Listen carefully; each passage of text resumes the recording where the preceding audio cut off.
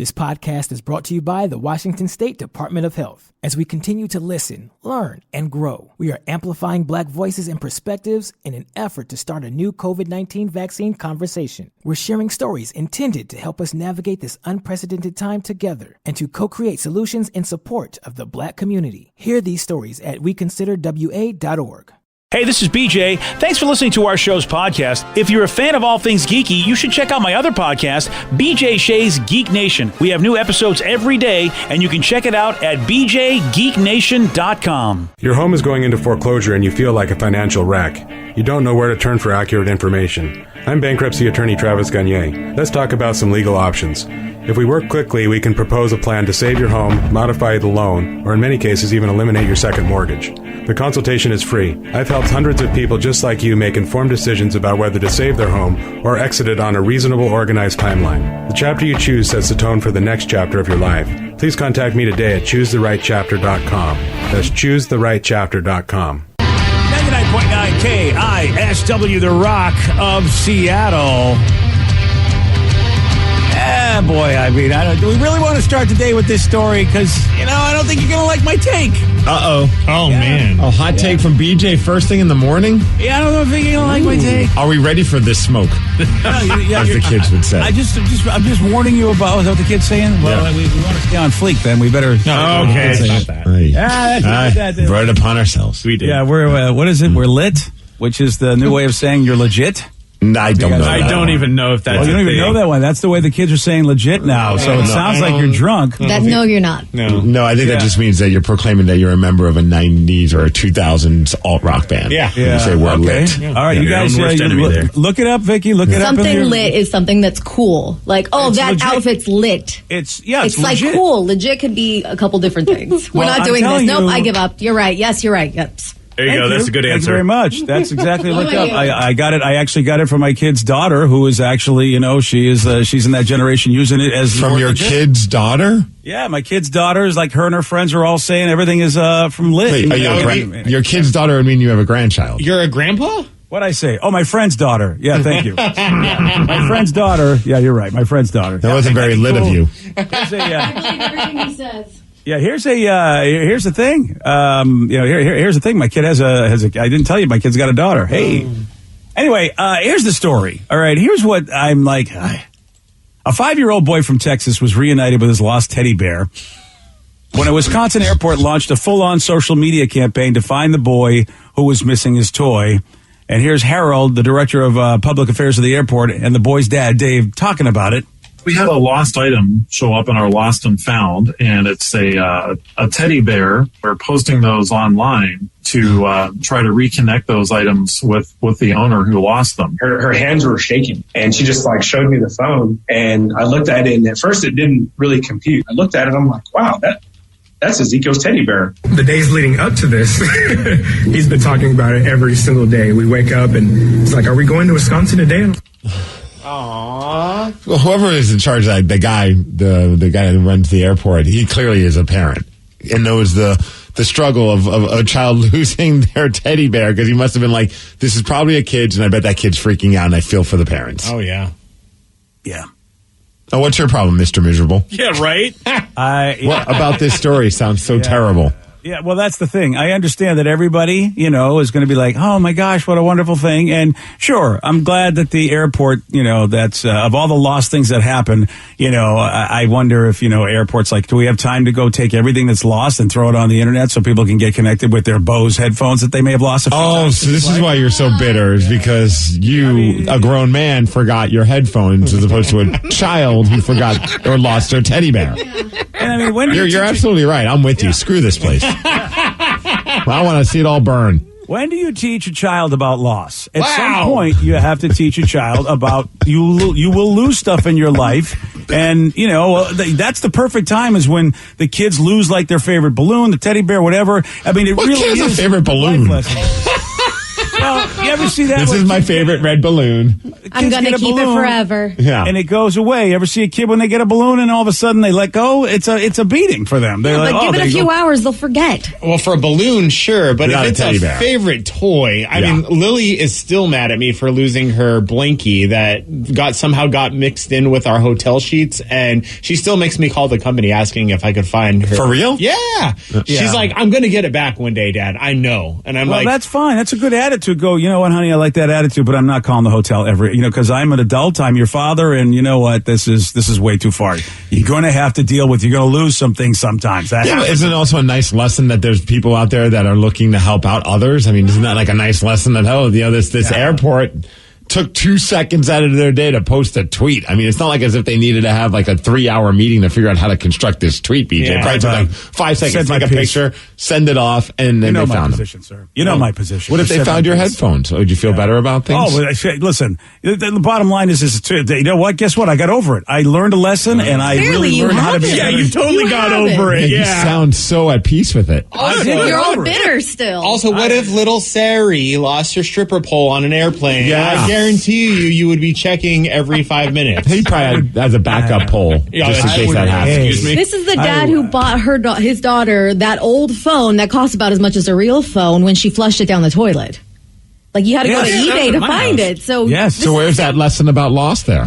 Yeah, well, the lesson, Is that daddy will buy you anything that you lose? I let the good folks at Verizon say, we can't service this phone. It is so old. You paid nothing. You paid your money for nothing. And it was like, that was the lesson. It's like, well, you know what? Somebody else told you that you need to move up and get yourself a smartphone. Well, that's why we have a backup Frosty, because Yeah. it's thanks she's not listening. So it's in the closet, just in case if there ever comes, because dude, I don't even want to know what is going to happen if she lost that damn thing. She goes, well, I don't think she'll lose it because she goes everywhere with it and she's holding its hand. And your snowman that you got her, BJ, she carries that thing around too. And then there's a little Olaf. It's my wife is just like, to just go anywhere is a production. Like, you got to make sure you got this one, you got that one. But the one that's always a constant is Frosty. Nice. And if it's not by her side, man, there's like yesterday I had to go find it. She left it in a closet. And I was like, oh man, thank goodness. I was like, Frosty, let's go. Tatum's about to freak out if I don't find you. I just not too sure that this whole thing is better for all of us or not. I put that forward as an okay boomer, knowing this is my okay boomer moment. At least you know. I don't think it's benefiting the parents, and I don't think it's benefiting the children. I'm not sure we're making stronger, better people with this particular action. I don't know if it's going to have an impact either way. Oh, I don't think we're going to look for those had a huge impact. Because now Like I that, put them around yes. my neck. I have a ritual I go through. I will never lose anything like that again. And because I lost 2 sets and said, dude, you need to make the adjustment. So that was a great life lesson. Twice I learned. And we're robbing the children of growing and learning life lessons so that they can deal with what the earth gives them. Because sometimes life is good and sometimes life ain't. It's a 50-50, flip the coin, and we always want the coin to come up heads for our children. There you go. I think that's a life lesson. Thank you. I just got dumber, and I didn't think it was possible. I agree with you on that. I feel like, in one Somehow. way, I may not have made my point, but at least I have. I don't even know. I think you just said a bunch of words and put them together, and I don't even know what the hell you just said. Well, listen, my Is that friend, about flipping a coin? Yeah, exactly. You know what? You figure it out and then get back to I don't want to figure it out. Yeah, You know Grandpa's what? renting at Clouds. I didn't worry about it. This whole thing, as far as I'm concerned, very lit. Thank you. Okay. You're still wrong there. You got you check it out. You'll see. Oh, I did. Don't worry about it. Go talk to the cool people. We got a father. We don't have anyone that we could talk to at this early in the morning. That's cool. Yeah. Listen, well, I mean, what can I tell you? You guys just, you don't hang with the right people. I mean, neither do I, but luckily I know a father that at least has a kid that hangs with the right people. And speaking of a father, how about we have a father that accidentally shut down his town's internet while trying to limit his kid's screen time? Steve Miggs, he's got the Miggs report for you at 6:17. BJ and Miggs, mornings on The Rock, 99.9 KISW. 99.9 KISW, The Rock of Seattle, presenting The Roast of Steve Miggs.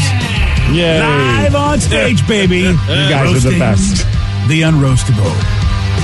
And hey, we got the whole KISW crew involved with this. Us, the men's room, Ryan Castle, Taryn Daly.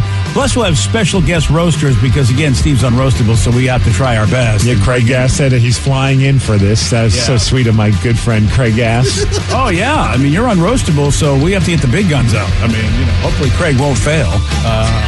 Live music from Glenn Cannon and the Damage Done. So we got like a whole evening's worth of entertainment for you, man. Yeah, it's not going to be. I was talking with Ryan, who you and Ryan decided to put this nice little thing together for me. But I was like, hey, so what exactly are we doing? He's like, it's going to be like less of like the old style of like the kind of like, your traditional roast. It's going to be a celebration and a party. Of course, there's going to be a lot of roasting going on, but it's not going to be like your old school style of a roast. There'll be music, all of us up on stage with live mics. It should be a lot of fun. And it's happening Friday, April 15th at the Snoqualmie Casino. And the cool thing is part of the ticket proceeds go towards Smash Seattle, which is an organization that helps provide medical coverage for a lot of local musicians that don't have proper coverage, yet they give us so much with their music. And Smash is a great organization that bridges that gap. And so, again, ticket proceeds going towards that. They're on sale. Those tickets on sale this morning at 10 o'clock. Where, you say? Well, KISW.com. Well informed on the issues of the day? Not this guy. Live from the KISW News Center in downtown Seattle, this is the Migs Report. Well, thanks, you guys, and thanks to Kia Puyol for giving us the Migs Report, and still screw you, BJ, for putting together this roast. No problem, buddy. My pleasure. Man, maybe I'm going to have to just enjoy myself. Well, first of all, thanks to Kia Puyol, but I'm also going to have to enjoy myself maybe some wine at the roast of Steve Migs, because today is National Drink Wine Day. It's a day for your daughter. Oh, yeah. It's a Friday. Get out that boxed wine. Maybe go high-end, black box. Or you know what? Of course. I mean, why not? Let's celebrate. It's a celebration. Or keep it real and get some Franzi. It's Franzia Friday. Oh, I like that. Wow. And it's also Thumb Appreciation Day. So at some point today, appreciate your thumbs. It's Thumb Appreciation Day. Yes. Again, Think about all the things you couldn't do if you didn't have a thumb, BJ. Truth. Hitchhike. Wow. Okay. Yeah, I couldn't hitchhike. You're absolutely right. Let people know they're cool. Yeah. I mean, probably open a doorknob would be very difficult. Grab things. Yeah. Yeah. Okay. Yeah. The thumb war. Oh, totally do thumb war, right? Yeah. You'd probably suck at a tug of war. Yeah, that's true. You'd suck at a tug of war. You're right. Yeah, the thumb's important. I can't think of anything else. Well, I'm sure you'll think of something at some point. I'll get back to you. All right. Well, at some point, just take a moment to look at your thumb and say, like, yo, I appreciate you. All right. Let's talk Even if you got toe thumbs, appreciate them. All thumbs. Today's the day to accept all thumbs. So, Megan Fox, today's your day. That's right. Today's your day, Megan. All right, let's head on over to France, where there's a guy that was just getting fed up with his kid because apparently both of his kids are using the internet late at night, like sometime between the hours of midnight and 3 a.m. He's like, I just got to figure out a way to get these kids to stop getting online. So he decided to use one of those jammers, like that interfere with telecommunication signals. Oh, these are not legal. They're not legal in France. They're not legal here in the States because that's an issue. But people get caught using them all the time, apparently. And he got caught because he tried to use the jammer to stop his kids from using the internet in the house. But what he ended up doing is shutting down the internet for the entire town. Oh, yeah. So I'm sure a lot of people were very happy that their internet was not working because of this guy. Apparently, he could face up to 6 months in jail for this. Wow. And a fine of $34,000. That's right, baby. You know what? When you do something wrong, we want to get paid. Here's my question. I mean, a lot of these cables, I think even like Xfinity, I think they could set timers for when like your internet does not work for that real. Or you could turn your Wi-Fi off. So your kids can't use the internet. Parental control stuff. Yeah. So I don't know why he had to go out and decide to be like Jammerman. I don't understand that.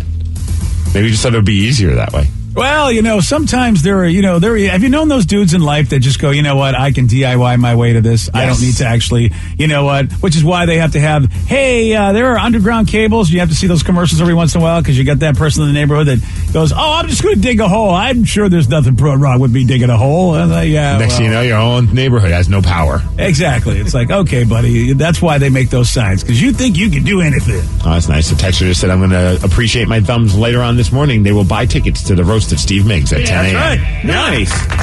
Happy Thumb Day. Use those thumbs, buy those tickets, and roast Steve all with one thumb. So yesterday we were talking about the Rams Super Bowl celebration. They had like a parade outside, of course, and all the fans were having a great time. The players were getting drunk, including Matthew Stafford, who was like drinking some old ass, tequila. He was just crushing it. And at some point, we saw a video of a woman that was trying to take a picture of Matthew Stafford and then like just disappeared because she fell. And Stafford in his drunken state just kind of looked at her and just like, not dealing with this, and turned around and walked off. Well, more footage came out from what happened, and you could kind of see it from a further shot. And man, I feel for this poor woman. So she didn't just like fall like a little bit, which is what it looked like at first. She fell fully off of a stage that was super high up, like several feet up. I mean, it looked like it was maybe like 8 to 10 feet high. I could be wrong, but it looked even higher than that. Like it was a high stage, and she's just backing up, taking a picture, and didn't, I guess, realize that she was at the edge of the stage and just dropped. So when you then watch that footage of Stafford just going and walking off, you're like, what a heartless son of a bitch. Like, it's just like, how do you just not even check? Like, he just kind of looks at his wife, he's like, yeah, your problem, and keeps going. Stafford's wife looks genuinely concerned for this woman. Well, we find out that the woman, who's a photographer, her name's Kelly Smiley, she fractured her spine. She is not smiling there. No. Well, she said she's going to be okay, and apparently the Rams and also the Staffords, I think when he sobered up, he realized, that doesn't look good. They're covering her medical expenses and also replacing her broken cameras because she just trashed. She fell so hard that she broke her cameras as well. Oh, damn, dude. And somebody set up like a GoFundMe for her, but apparently it seems like everything's being covered, so maybe that money will just go in her pocket because I can't imagine she's going to be able to work much for the next extended period of time. She fractured her spine. Fractured her spine, dude. That's a beating. I mean, that's, again, a lot of photographers, man, we don't give them a lot of love because they're in sometimes some dangerous situations like that. That's like the worst feeling when you don't know you're about to, like, fall. Oh, yeah. Like, and never in that level, but, like, if you're just walking, like, there's a curb and you didn't realize it, you're like, oh, crap, that's a little stutter step. Yeah, I know what that's like, except I'm just walking on flat ground and I fall. Yeah, you roll your ankle. You haven't fractured your spine yet. Oh, okay. So what you're saying is my pain isn't that important. Okay, fine. Compared to hers, no. Okay. Well, as long as we're comparing. I mean, I really can't argue with it. More audio from the Super Bowl is coming out, and I love this kind of stuff. The mic'd up stuff where they put a microphone on a player. So the audio that we just found is Joe Burrow, the quarterback for the Cincinnati Bengals. He was mic'd up. And, dude, it was hilarious. So when The Rock came out and did his whole big speech before the game started, a lot of people on the internet, some people loved it, myself included, because I'm a big fan of The Rock. Other people are like, why the hell is The Rock just in the middle of the field, right before the game, doing this very long and weird speech? But that's just what The Rock does. I mean, well, no one's ever watched wrestling before? I mean, that's what it looked like, because he was basically giving, like, the hype up for, like, two wrestlers, but instead of two teams. But some people aren't going to watch the Super Bowl to get the wrestling experience. I'm sorry. You know what? I like to argue, but come on. It's The Rock. He's like, everybody knows him. Right, and past years they'll have like Clint Eastwood voice like an opening thing. Like that's just part of the Super Bowl. Yeah, I'm sorry. Anyone would complain about that's an idiot. And you know me, I like to complain about things. Well, what I do love is the commentary that Joe Burrow is having while sitting on the sidelines as The Rock is doing his speech. You'll hear him just kind of questioning what the hell's going on as The Rock is doing his whole finally the Super Bowl's here in Los Angeles part. Here, check it out. Finally, the Super Bowl has come back to Los Angeles. What is he doing out there? He's on kickoff return. They signed him. It is time for the Super Bowl. I like his shoes. I just love Joe Burrow. He's about to play in the biggest game of his entire career. Granted, he's only a couple years into his career, but still the biggest game of his life. And he's just chill, sitting on the sidelines, goofing on The Rock. Yeah, I feel like he really, to me, I have a whole different. I think he sounds clueless. It's like, what do you mean? What's he doing out there? I mean, it's like, dude, it's the Super Bowl in Los Angeles. This is a big deal. I think he's just cracking jokes, man. Yeah, I mean, maybe he's cracking jokes. I feel like I don't know. It's like, what's he doing out there? I don't know. All right. You know what? I'm off Joe Burrow's bandwagon this morning there, BJ. I'm off the Joe Burrow bandwagon is what I'm on. Sounds like a fun-loving guy, just goofing about the guy. Yeah, you don't make fun of The Rock, because it doesn't matter what Joe Burrow thinks. You know, some things I wonder. I'm like, the things that get you under your skin, of all things, Joe Burrow. I mean, like you said, I think you started because you said some people really weren't happy with The Rock being out there. So I think that's what's affecting me. It's like, I don't know how people would be upset with The Rock being out there. Like, why would you complain about him being out there? I mean, it's like the pomp and circumstance of a Super Bowl. Some people don't want that stuff. There's just all types of people that like football, and some are just like, I don't want to deal with this Hollywood-esque approach to the game. Well, you know what? I don't want to deal with Joe Burrow then. Joe Burrow didn't say that. That's just random people on Twitter. He's the official representation of all of it now, so Joe Burrow is the enemy. I hate to say it. Him, China. You know what? If Joe Burrow goes to China, you know what? He's definitely the enemy. All right, let's move on to the Kraken. Unfortunately, they lost to the Winnipeg Jets. I thought you wanted to be happier. Now you don't want me to be crabby. Why would you move on to the Kraken? Oh, don't worry. There's a happy ending to the story. Yeah. Oh, okay. All right. Well, first, the bad news, of course, is they lost to the Jets 5-3. There was an empty netter. Yet another game that was decided by one goal. It looked like they were playing great. They were 2-0. Give up a heartbreaker with 12 seconds left in the first period. And I feel like that just changed everything. That was a beating. And of course, it was the third goal scored, and I was like, oh, my theory. Dude. I watched till the end because I said, I don't want my theory to come true this time. It's funny you say that because I opened up our text line, and our text line will tell us how long ago someone texted. This was from 11 hours ago, so it was during the Kraken game. And it just said, BJ, F you and your third goal jinx. It's your fault, BJ. I just like someone texted the radio station during a time that we're not even on, just to let you know. I'm glad I saw that one, though. But, I mean, it is a weird phenomenon that just happens so much in hockey. That third goal scored by, no matter who it is, the third goal of the game. And, boy, did it go that way. I was sitting there going, come on, Kraken, beat me. I want you to beat me this time. Beat my theory. Well, good news, though, of course, was a historic moment for Everett Fitzhugh and JT Brown. They were the first time ever that an all-black NHL broadcast happened. It was big news with the NHL. I mean, even at the Winnipeg Jets game, they put them up on the Jumbotron to a great ovation. The NHL Network ended up showing the game on the NHL Network because they realized just how cool of a moment that was. Oh, wow. I wonder if those guys knew that was going to happen. They must have ahead of time. Which is, how great is that? I mean, JT Brown, awesome. He's been doing great on TV. But Everett, he's the radio guy, gets an opportunity to do the TV thing, and then all of a sudden it becomes a national event, which I thought was pretty. And he did a great job. I thought the two of them sounded awesome together. Fantastic. Steve, if that were us, I feel like, I don't know how you'd be, but if I don't want to know that I'm like, first of all, if I know it's a historic occasion and this is the first time I'm going to be able to do this, that's one thing. But then, I figure, okay, I'm doing it just for root sports, and that's going to be nervous enough for me if I'm in that position. Yeah. Then if someone said, oh, by the way, we're going to put it nationwide, I think I'd be like, can I go change my pants? I'll be right back. He's a pro, man. He stepped up and he delivered. I thought he did a great job filling in for John Forsland.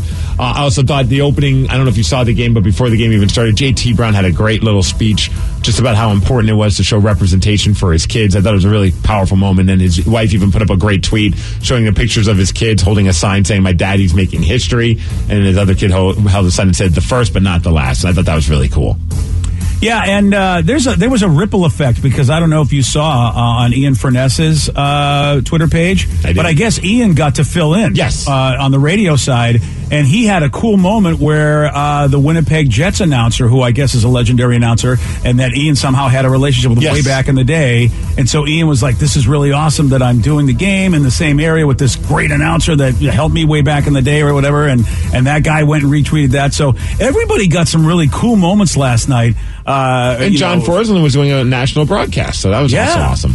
Lots of cool stuff. But that's not the historic moment. I mean, that was a historic moment. There's another historic moment? But after the game, true history was made. Oh, okay. I don't know if you were watching the post-game show, but they were doing their whole Where I Root thing. Okay. And it marked the television debut of somebody very important to our radio show. Take a check of where you were rooting on the Kraken tonight. Let us know and use that hashtag #WhereIRoot. Steve, go Kraken. Tatum is enjoying the game. Keep those photos coming as always. There you go. Tatum making her television debut in the Where I Root section. That's history, BJ. Can I ask a question? Because What's up? First of all, you send a cute baby. There's no way they're not going to put that baby on TV. How long have you been trying? This was the first time I did the Where I Root. Oh, good. I'll tell you, the cute baby is the winner, man. Good for you. Oh yeah. If you want likes on social media, if you want to be noticed by Root Sports, have a kid. Yeah, you really have to have a kid. Well, and the kid's got to be adorable. I think, that's the other thing is Tatum definitely has that adorability quotient working. And it was funny because a lot of people were shooting messages to me like, dude, awesome. You got to watch the game on the big screen and not on your phone. Because usually I have to have a cartoon. Good point. I've been training her to say, let's go Kraken ever since I've been working on that with her. She's actually seems to be enjoying the hockey games. Wow. Dude, I mean, for you to have a non-Bluey moment, a non-Peppa Pig moment, this is big. I was nervous. I was switching from Curious George to the Kraken game, and I'm like, this could go one or two ways. And she started going, let's go Kraken. And I'm like, wow. This is awesome. This is a proud father moment. I mean, that's history right there, BJ. Wow. That is pretty awesome. And a very special moment happened for the Portland Pickles. They found Dylan T. Pickle. I don't know if you saw their big press conference. What the hell? How'd that was so? The mascot that went missing on Delta Airlines, then got stolen outside of the offices. It ended up in a duffel bag outside of Voodoo Donuts. So they did their press conference at Voodoo Donuts. Are we really? I don't know what's real and what's not. I know. Anymore. I don't know. But I'm here for all of it. Yeah. True or not, I'm very entertained by Dylan T. Pickle. And I'm happy they went outside of Voodoo Donuts, because if I had to cover that story, then I'd be in for some tasty donuts after. So the general manager of the team standing next to the mascot talking about how he's back. Yeah, that's fantastic. Hey, as far as weather, 49 degrees, going to be cloudy today. That's the Miggs Report. And thanks to Beacon Plumbing, Heating, and Mechanical for giving us the Miggs Report. And that's what's up. Yesterday, Steve, he did get this one wrong. Who directed The Rock, Bad Boys, and Armageddon? Bad Boys. What you gonna do? Armageddon. Ah, man, I don't even know. John Landis. No. Steven Spielberg. No. Rocco Siffredi. No. Jeez. Yeah, I really feel like Rocco Siffredi just doesn't get enough credit for all of the great work that he does. But no, it was Michael Bay. You want a shot at beating Steve? You got it. 206-421-ROCK. We're going to play Beat Miggs at 647 on The Rock. In all fairness, Rocco Siffredi's movies just have big bangs just like Michael Bay's. Okay. And explosions, too. Okay, I think we know where you're going. Good morning.